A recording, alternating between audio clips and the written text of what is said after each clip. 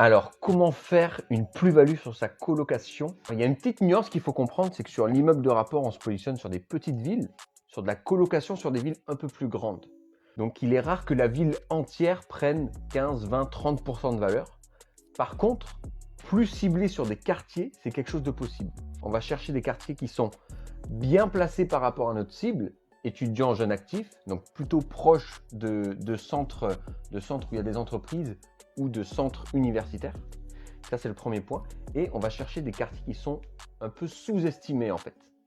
Donc, ça va être des quartiers qu'on peut appeler un peu craignos à l'heure actuelle, ou du moins qui ont encore cette connotation.